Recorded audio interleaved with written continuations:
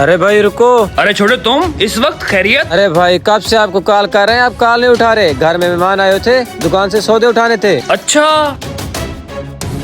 Oh shit यार, mobile तो मेरा साइलेंट पे लगा हुआ था, मुझे पता ही नहीं चला। अच्छा चलो चल के उठा लेते हैं। अरे नशई तुम फिर सो गए। देख मैं 10 मिनट में चाबी बना के ले आया। अब तू देख इसका कमाल। अरे वाह, तुमने तो वाकई कमाल कर दिया। अरे और नहीं तो क्या, तुमने मुझे कोई आम चोर समझा हुआ है? ये मेरे बाएं हाथ का खेल है। अब जल्दी से अंदर आ जाओ, हम अपनी कार्रवाई शुरू करते हैं।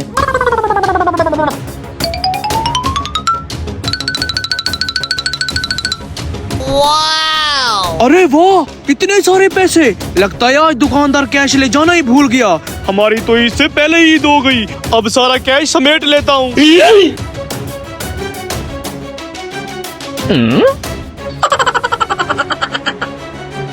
अबे ओ, नशाई के नशाई रह गए हो ना। कोई कीमती चीज उठा लो, सिगरेट के पीछे पड़ गए हो।